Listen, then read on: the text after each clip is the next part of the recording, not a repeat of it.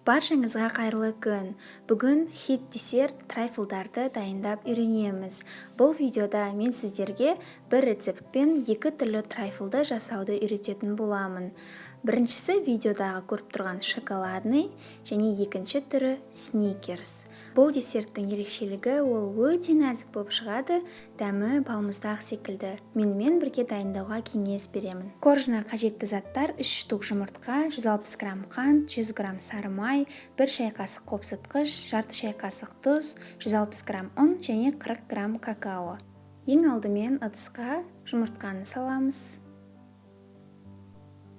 Одан кейін оған қантты қосып, екеуін жақсылап миксермен араластырамыз.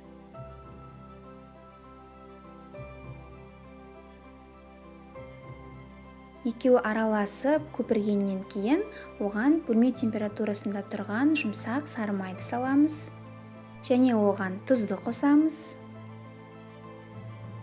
Барлығын қайтадан миксермен жақсылап араластырамыз. Содан кейін ұнға какао мен қопсытқышты салып, үшеуін араластырып, дайындап қоямыз. Яғни осы құрғақ ингредиенттерді бөлек араластырып аламыз. Содан кейін оны електен өткізе отырып, массамызға қосамыз. Барлық ұнды қосып, оны тағыда миксермен араластырамыз. Коржға арналған масса дайын болды.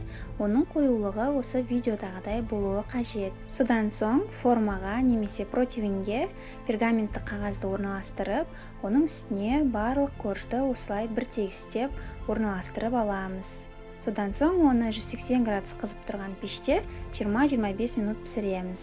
Коржымыз пісті, оны противеньнен босатып, осылай суытуға қоямыз. Ол суығанша кремін дайындап қоямыз. Ол үшін қажетті заттар: 500 мл сливки, 150 грамм вареная сгущенка, 150 грамм сгущенка және 100 грамм арахис. Ең алдымен салқын сливкиді ыдысқа құямыз. Сливкидің салқын болуы өте маңызды, сонда ол жақсы көпіріп, формасын ұстайтын болады. Оны ыдысқа құйып, жақсылап қоюланғанша 4-5 минут бойы миксермен араластырамыз. Мінекей сливки қоюланды, яғни видеодағыдай осындай воздушный болуы қажет. Содан соң дайын сливкиді алып, екі бөлікке бөлеміз. Яғни біз екі трайфл жасайтын болғандықтан, екі түрлі крем жасаймыз. Сол үшін оны екі ыдысқа бөліп қоямыз.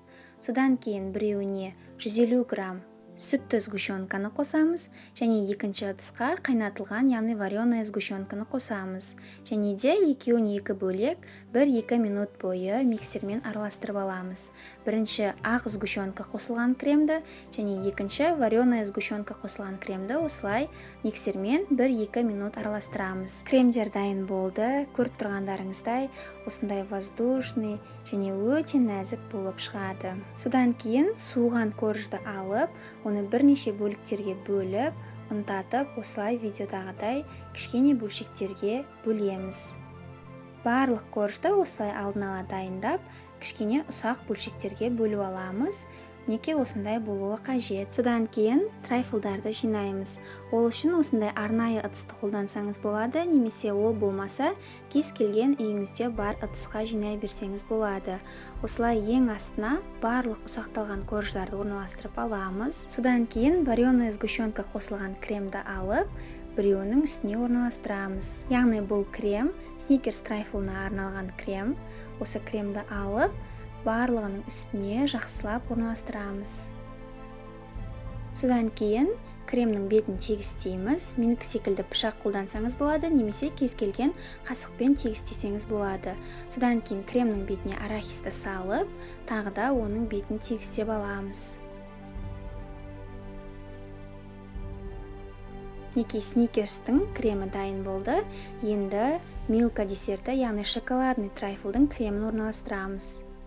Оны да дәл солай барлық корждың бетіне орналастырып, одан кейін тегістейміз. Содан соң дайын трайфлдар формасын ұстау үшін оларды морозильникке қоя тұрамыз. Оған дейін бетіне құятын ганашты дайындаймыз. Ол үшін қажет 170 грамм шоколад және 80 мл сүт. Шоколад пен сүтті алып бір ыдысқа саламыз және де оны ерітуіміз қажет. Мен секілді микротолқынды пеште ерітсеңіз болады, немесе водяная баня, яғни ыстық судың үстінде ерітсеңіз болады. Неке шоколад еріді, сұйықтығы осындай болуы қажет. Енді мұздатқышта тұрған трайфлдарды аламыз. Одан кейін оларды әдемілеуге көшеміз. Яғни ең алдымен үстіне ганашты құямыз, осылай екіге бөліп. Осы рецептпен дайындалған ганаш екеуіне толық жетеді. Соны барлығын құямыз да, содан кейін осылай қолмен тегістейміз. Содан соң трайфлдарды әдемілеуге көшеміз. Яғни ол үшін қалаған жидегіңізді қолдансаңыз болады. Мен малинаны және де арахисті қолдандым. Яғни осы милканың үстіне, шоколадный трайфлдың үстіне малиналарды орналастырдым, ал сникерстің үстіне осындай ұнтатылған орехты орналастырып алдым.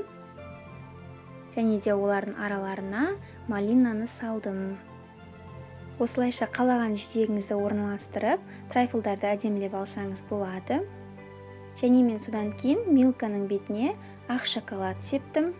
Және де бірнеше посыпкаларды сеуіп әдеміледім. Трайфлдарымыз дайын болды. Оның дәмін көрмес бұрын холодильникке 3-4 сағатқа қою маңызды. Сонда олар сіңіп, жақсылап формасын ұстайтын болады. Видеоны соңына дейін көргеніңізге рахмет. Баршаңызға сәттілік.